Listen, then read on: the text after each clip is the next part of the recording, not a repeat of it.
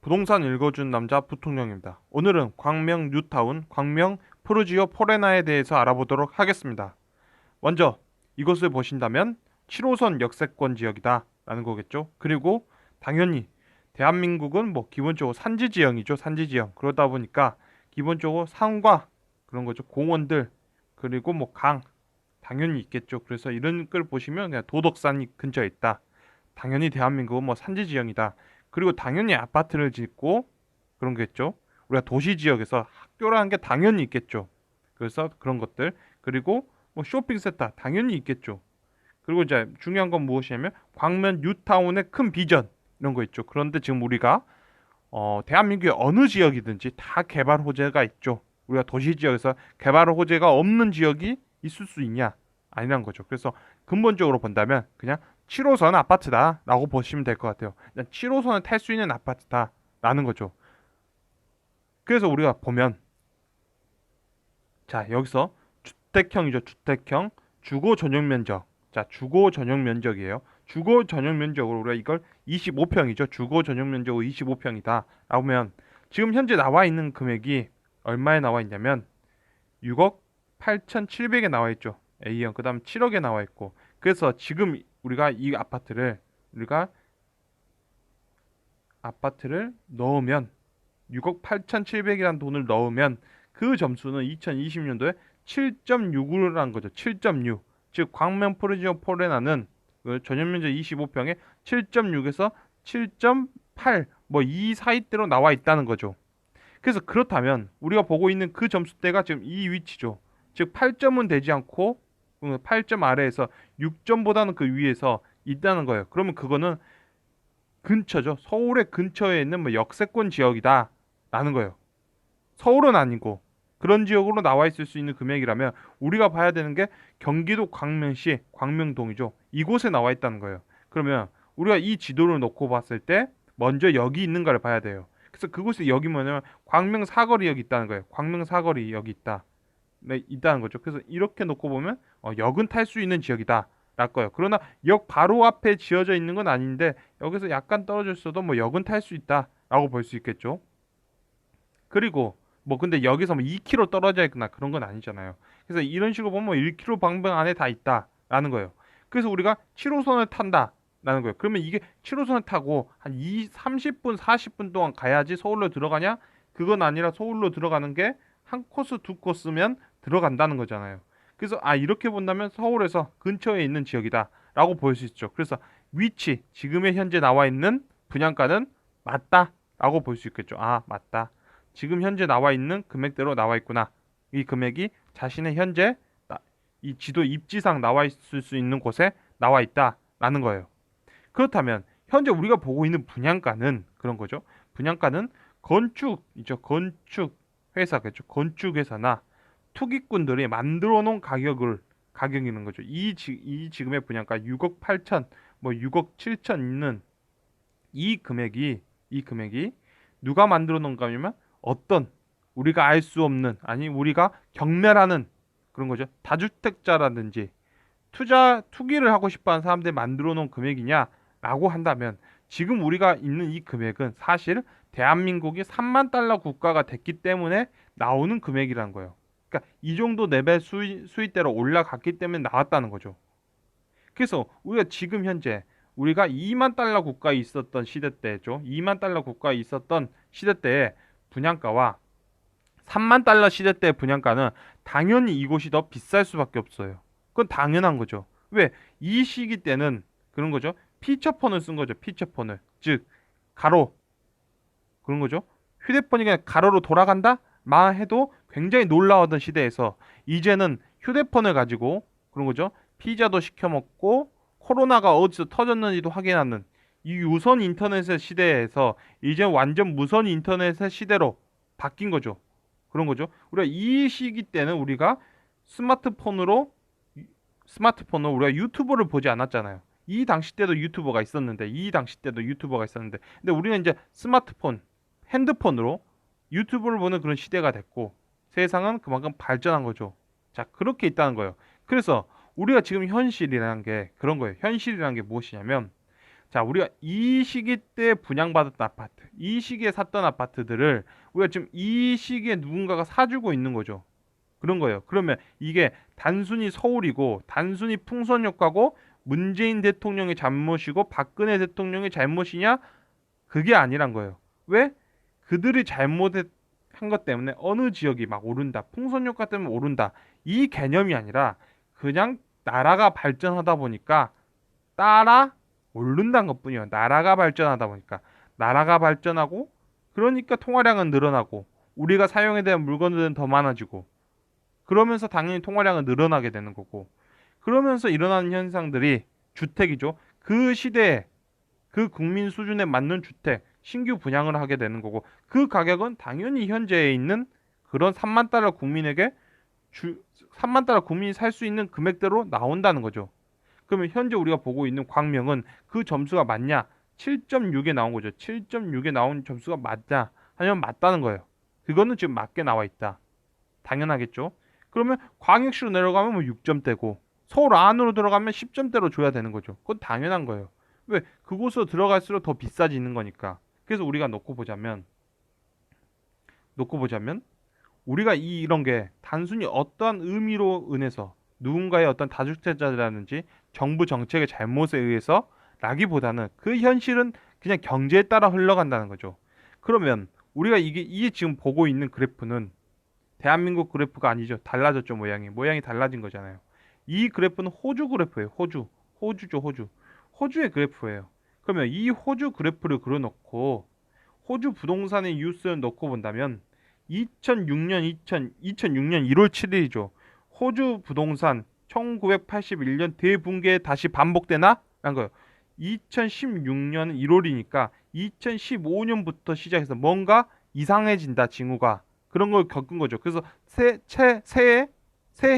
바로 뉴스가 나오는 거죠. 톱 뉴스가 이거다, 호주에. 그럼 지금 이 위치 내에서 호주가 지금 그런 거죠. 야, 뭔가 이상하다라는 거예요. 그러면 우리가 그냥 호주에 그런 거죠. 경제 성장률, 경제가 지금 어떻게 돌아가고 있는지 그런 거죠. GDP, 그날의 어떤 생산성이 어떻게 돼가고 있는지를 본다면 이미 무너지고 있었죠. 무너지고 있었고 그 무너짐이 커짐에 따라서 사람들이 점점 위기감을 느끼기 시작했다는 거예요. 그리고 나서 무너진 거죠. 그래서 2019년에 이 위치 때 가서 사람들이 뭘 하냐면 자, 호주 시드니 부동산 주거용 부동산 임대료 15년간 최대 하락했다. 15년 동안 봤을 때 최대 하락했다. 부동산 급락 현대사 최악이다. 2019년. 자, 부동산 뭐 이렇게 2019년 11월 15일 날 야, 이제 호주 부동산 한번 들어가 볼까? 한 거죠. 근데 이게 여전히 아래 있고 2020년도 당연히 아래 있겠죠. 코로나 때문에 이런 질병 사태 때문에 그러면 이 위치 내에서 과연 그런 거죠. 과연 그 다음에 뭐 호주 부동산 뭐 침체 바닥을 다졌다 하지만 과연 2020년도도 좋을까? 2020년 좋을까 한다면 어렵다는 게 느껴지는 거죠. 어렵다는 게 느껴진다는 거예요. 그러면 우리가 이 위치 내에서 이 모든 것들은 무엇이냐면 중국이다, 중국. 중국이 올려놓은 것들을 다 빠져나가 버리니까 그런 거죠. 부동산이 폭락했다라고 이렇게 보는 거죠. 그런데 현실은 무엇이냐면 이미 호주의 경제는 박살나고 있었던 거죠. 뒤로 하향하고 있었다. 즉 최대로 자기가 갈 수 있는 각 곳까지 갔다가 더 이상 못 버티고 뒤로 밀려나기 시작한 거죠. 뒤로 밀려나기 시작했다. 그러면 당연히 이 위치 시점에서 그런 거죠. 이 위치 내에서 매도 치시라 하는 사람도 있었겠죠. 아니다. 정부 정책이 잘못돼서 더 간다. 누군가는 매도 치시라는 사람도 있을 거고 아니다. 정부 정책이다. 정부 정책 때문에 더 갈 수밖에 없다. 이 정부는 폭등을 만들어서 그런 거죠. 폭등을 만들고 이 정부는 사람들이 주택을 더 못 갖게 만들어서 서민들이 늘어날수록 이 정부의 지지율이 올라가니까 이런 식으로 머리를 쓰고 있다라고 하는 사람도 있을 거예요. 그거죠. 누군가는 이때 아니다. 그 부동산이란 거는 그 나라의 경제를 따라가는 뿐이지 그걸 대통령이 막고 다주택자들이 그걸 어떻게 막아세우고 바꿔버리고 폭등을 시켜버리고 그러지 않는다. 결론적으로는 그 흐름은 거죠. 우리는 기본적으로 경제라는 바다 속에서 대통령은 상어고 그냥 뭐 다주택자들은 상업 밑에 있는 또 그런 거 문어고 그런 거겠죠. 그다음에 무주택자는 뭐 송사리 떼고 뭐 그런 거죠. 결론적으로 강이 바다가 흘러가는 방향으로 가게 될 수밖에 없는 거다라는 거예요. 결론은 그거란 거예요. 그 이상 그 이하도 없다. 그래서 현재 우리가 보고 있는 거죠. 서울이라는 지역 그리고 수도권이라는 지역이 어떠냐면 결론적으로 놓고 본다면 이 수도권이란 것 더 이제 더 좁게 본다면 서울이겠죠. 이런 지역들은 결국엔 투자를 해야 되는 시기, 급속도로 대한민국의 경제가 좋아지고 있는 시기는 당연히 몰릴 수밖에 없는 거예요. 그건 당연히 몰릴 수밖에 없다라는 거예요. 우리가 다시 돌이켜서 가서 본다면 그런 거죠.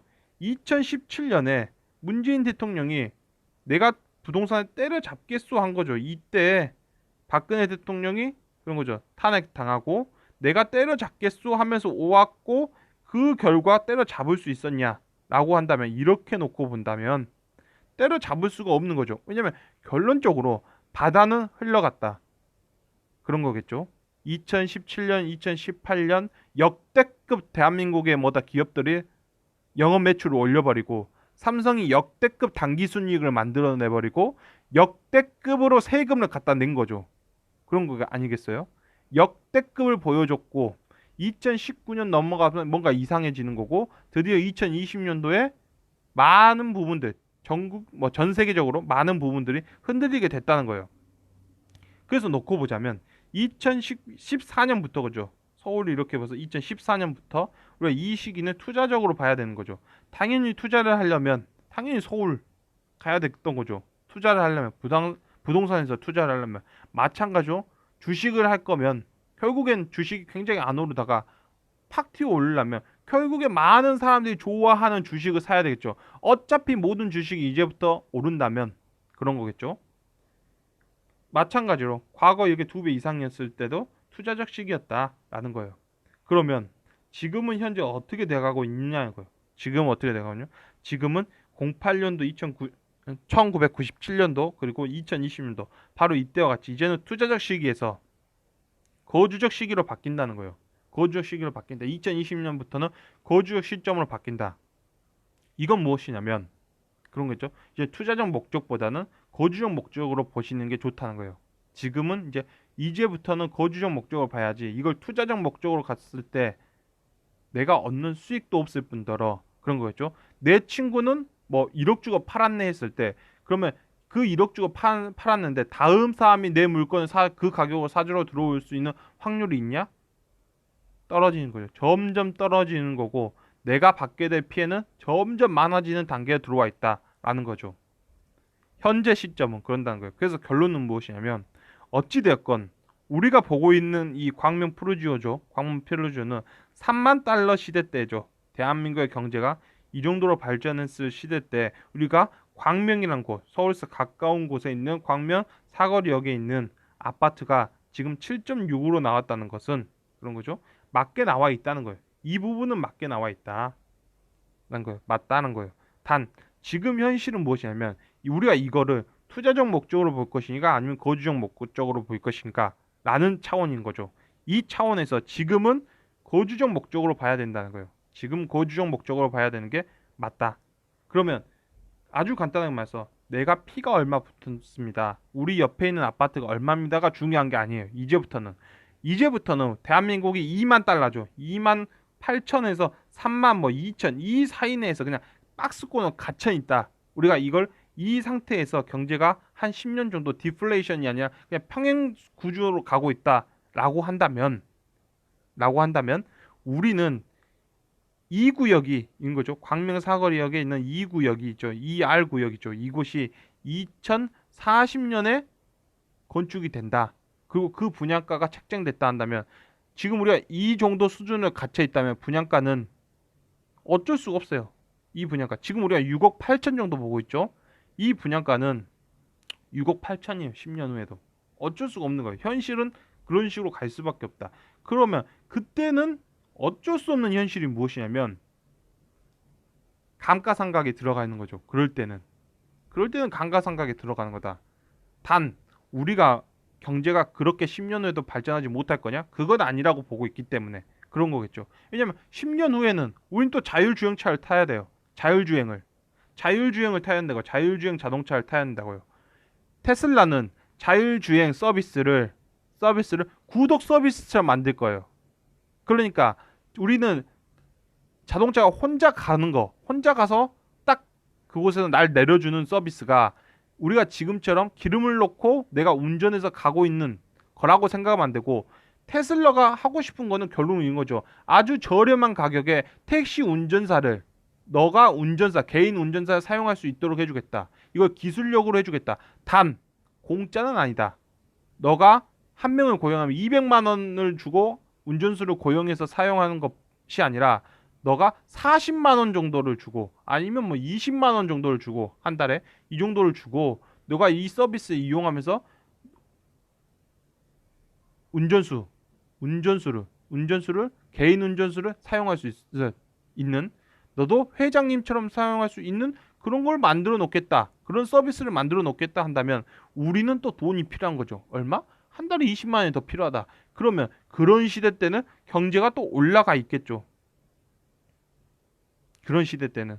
그래서 중요한 건 무엇이냐면, 우리가 지금 이 시점에서 대한민국이 4만 달러로 가면, 대한민국이 4만 달러죠. 왜냐면 이런 시기 때 이런 서비스가 나올 거고, 그러면 이 우리나라 대한민국의 기업들이 이런 곳에 또 그런 거죠. LG 이노텍이나 이런 것이 아이폰의 부품을 만들었듯이 이런 곳에 넣으면서 경제 발전 다시 일으켜지고, 당연히 사용한 물건 늘어나니까 통화량 늘어나고, 이걸 이러면서 우리가 4만 달러 가면 당연히 분양가도 더 올라가겠죠. 그때는 6억 8천이 아니라 9억에. 그러면 당연히 그때 가서는 감가상각을 경제 성장률로 밀어붙여 버리는 거죠. 그런 식 방향으로 지금까지 흘러갔다라는 거예요. 근데 지금 현실은 우리는 지금 어디에 있냐면, 일단은 거주적 목적으로 보고 들어가는 게 좋은 시기에 와 있다라는 점을 이렇게 알려드리면서 오늘 영상을 마치도록 하겠습니다. 지금까지 시청해 주셔서 너무나 감사합니다.